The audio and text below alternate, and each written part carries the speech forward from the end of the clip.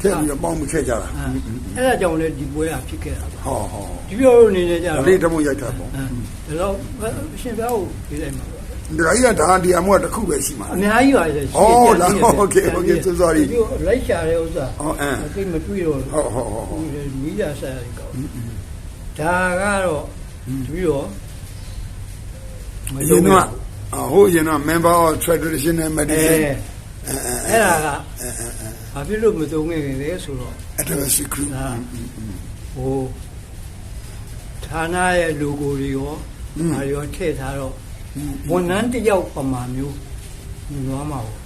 ဟောကိုကဟိုအငိမ့်သားဖြစ်နေပြီဝန်ထမ်းတစ်ယောက်မျိုးလို့ဆိုတော့ကိုရဲဟိုအဲ့လိုမျိုးပြီးတော့မသုံးညင်ပါဘူးသုံးညင်ပါဒီဖုန်းနံပါတ်တွေကတော့အကုန်လုံးသုံးနေတဲ့ဖုန်းနံပါတ်တွေပဲပေါ့ဟုတ်ပါတယ်ဗျဒါပေမဲ့ဒုတိယဥစ္စာကတော့ဒီလိုသုံးနေပါတယ်ဟုတ်တော့ပုံတစ်ခုပဲပြင်နိုင်တာဒါ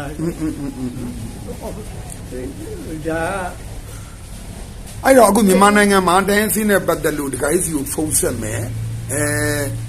ဆရာကြီးဦးလက်မြတ်အနေနဲ့ဒေါက်တာလက်မြတ်အနေနဲ့ခုနကိုကိုရနဲ့ဆေးကြောင်းဆေးဦးကြီးတိုင်းစီးသိပ္ပံမန္တလေးမှာလည်းနေခဲ့တဲ့ဒုတိယညွှန်ကြားမှုနဲ့ retire လုပ်သွားပြီဟလားတိုင်းစီးပညာဦးစီးဌာနအားလုံးကလည်းသိတယ်ဆိုတော့လိုအပ်တဲ့အသိပညာတွေကိုဒကာကြီးကိုလက်မိဖုန်းနဲ့မေးမယ်ဆွေးနွေးမယ်တင်ပြမယ်သင်ကြားမယ်ဆိုရင်အခုဖြစ်နိုင်သေးလားဖြစ်ပါတယ်ဗျကောင်းပါပြီအဲ့ဒါတပည့်တော်အတွက်လည်းကောင်းပါတယ်ဒါပေါ့ဦးစင်းကလည်းအခုလို့ဒကာကြီးကဘုရားကိုကြီးဆရာတော်နဲ့ငါတို့မတွေ့ရတဲ့ကြောက်ကြီးတွေ့ကျင်တယ်လို့ဦးစင်းကိုသတင်းပို့လိုက်တော့ကဲငါလည်းမြို့ရဲသွားတော့ကို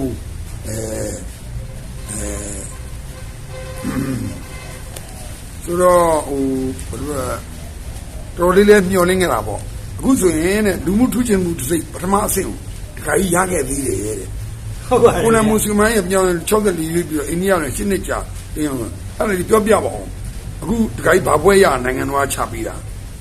အဲ့ဒီကိုလာမို့ဟိုဟာလူမှုထူးချွန်စုလို့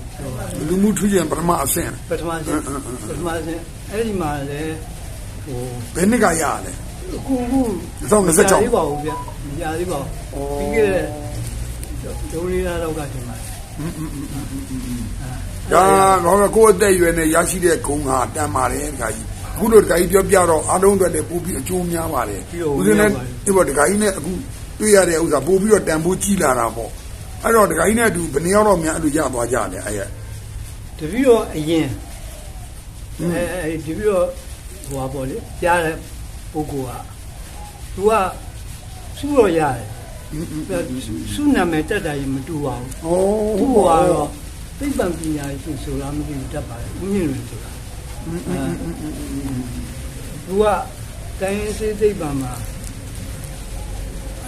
နီးတွေနောက်တိုင်းစေးဟိုသိပ္ပံပညာဒီတင်မှု physics နဲ့အောင်ထားတာဒီမှာပြောတာဒီတိုင်းစေးရောက်တော့မှအေးပေါ့ဒကာကြီးတယောက်ပဲတိုင်းစေးရနေပြီးတော့ဒုတိယညဉ့်ညံကိုကျန်တဲ့လူတွေအမှုပညာသမားတွေဟောလင်းမြင့်မို့အောင်အေဂျင့်မောင်တို့ချူလေးတို့အဲ့နဲ့ရှင်ပြီးတော့မှန်ဒကာကြီးမှတကယ်ကိုအသက်ရွယ်နဲ့ဟိုခစ်နေရတာမဟုတ်ပဲတကယ်ကိုပေးဆက်မှုနဲ့ရတာအောက်မှာငပြောချော်တော့ပါဝါသေးရောလူမှုထူးချွန်တဲ့ဒုတိယဆင်းအဲ့မှာဒီပြီးတော့တယောက်ဟမ်အဲ့ဒကာကြီးတယောက်တည်းအသက်ရွယ်ရောနောက်တယောက်ရှိသေးတယ်လူလည်းမသိဘူးဒီအနုပညာရှင်တွေကလွဲလို့လေအေးပေါ့နောက်တယောက်ပါသေးတယ်ပြောတယ်ပြီးတော့လည်းမသိဘူးဗျာဇညွန်းဆရာဒရိုက်တာလေသူရိယနေဝန်မီဒီယာတဲ့ကိုမွေးဟင်းကြီးလည်းပါသွားတာဟိုသူများလားမပြောတာဟုတ်တယ်များလားမပြောသူတို့ကတိုင်းပြည်ရဲ့အခုအချိန်ဒီမှာမညာတန်းပြောတော့တိုင်းပြည်ရဲ့အခုအပြောင်းလဲမှာအများကြီးအားပေးခဲ့တာဒါပေမဲ့ဒကာကြီးကတော့တဲ့ပြောရင်တကယ်ကိုပညာရှင်အနေနဲ့ဒါကိုမဖြစ်မနေထည့်ပေးလိုက်တာကိုဦးဇင်းဝမ်းသာမိပါတယ်ဒီလိုလည်းရန်ဝမ်းသာပါတယ်ဗျာဒီလိုဝမ်းသာတဲ့အကြောင်းပါဒီလိုဒီရေစီးကြောင်းနဲ့မို့ပြန်ပြီးတော့မင်္ဂလာအားလေးကိုယူနိုင်တဲ့အခြေအနေလေးရှိပါတယ်ရန်ဝမ်းသာပါဒီနေ့ပါနောက်လဲအခွင့်သာအခါတင်အကြောင်းကိုနောက်တစ်ခေါက်လဲလာပါဦးဒီမှာဗျာပြီးတော့ညာပြလို့ရှင်ပြားကိုပြီးတော့တွေ့ကြမှာလေဆိုတော့ကြောင်းလေးတော့နည်းနည်းပြောပါဦးဟုတ် ချုပ်ကတော့အချိန်အခါတင့်ပြီတိုင်းရင်းစေးပညာအမှန်တကယ်တိုးတက်ပြီးတော့တိုင်းရင်းစေးပညာနဲ့ပြည်သူအားလုံးနော်ဥသာရေးတွေခင်မီအောင် policy ချထားတဲ့အတိုင်းခင်မီအောင်လုပ်ဖို့အတွက်လုပ်ဖို့အချိန်ခါကြားရောက်ပြီအချိန်ခါကောင်းတယ်လို့တပည့်တော်ယူဆလို့တပည့်တော်ရဲ့အခြေအနေနော်ပတ်ဝန်းကျင်ရဲ့အခြေအနေအဲ့ဒါကိုတပည့်တော်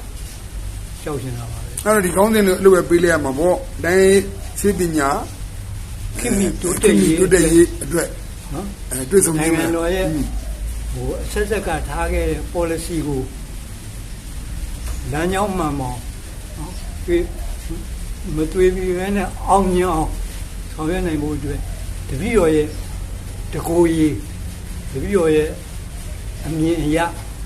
ခံစားရတာလေးကိုရှင်ပြအောင်လျှောက်ထားခြင်းလို့ပါဗျာဒါနဲ့အကုန်လုံးလည်းမပြောနိုင်ဘူးခက်ခဲ့အချိန်တွေအချိန်ခါရဲ့ကိုယ့်ရဲ့နှလုံးသားရဲ့ဟိုမှန်တယ်ပြောရင်တော့ဝင်ကင်းအောင်လည်းပြောရသေးတာပေါ့ပြောဆိုရဲမတက်တာမှန်ပါတယ်နောက်ပြီးတော့ခွေးကလေးခုံလို့ဖုံမထားပါဘူးဗျာဒါမဲ့စေနာရဲ့အကျိုးဆိုတာကိုရောလို့ celebrity ကပြောတော့မှလူလည်းပို့ပြီးတော့ကြားပါတယ်နော်ပြောရဆိုတာလုံးတဲ့ဒီ ID ရစတော့ဒီလိုဆိုရင်မသုံးတတ်တော့ပါဘူးဗျာမှန်တယ်ပြောရင်တော့လေဥစဉ်ကလည်းဟိုစေနာဝါနာအနစ်နာဆိုတာဝိပဿနာနဲ့တန်မြတ်လွတ်မြောက်ရေးတာပြောရမှာပါဒါပေမဲ့လောကလွတ်မြောက်ရေးမှာတောင်ဆင်းရဲနေကြတော့ဥစဉ်ကကိုယ်ကိုယ်တိုင်လည်းဘဝကိုတည်ဆောက်ခဲ့တယ်လို့လွတ်မြောက်ခဲ့တယ်လို့ကျန်တဲ့လူငယ်တွေလည်းလွတ်မြောက်စေချင်တယ်ဒီလိုပဲဆေးပညာကိုလည်းတန်ဖိုးရှိရှိအသုံးချရင်ခုနဆေးကောင်းရင်ကောင်းတဲ့ဒါကြီးကဆေးကောင်းတန်ကောင်းဖြစ်အောင်ဆေးပညာမှာတန်ဖိုးရှိတာတွေကိုဒါကြီးတို့ဥစဉ်တို့လုံးမပေးနိုင်ရင်တောင်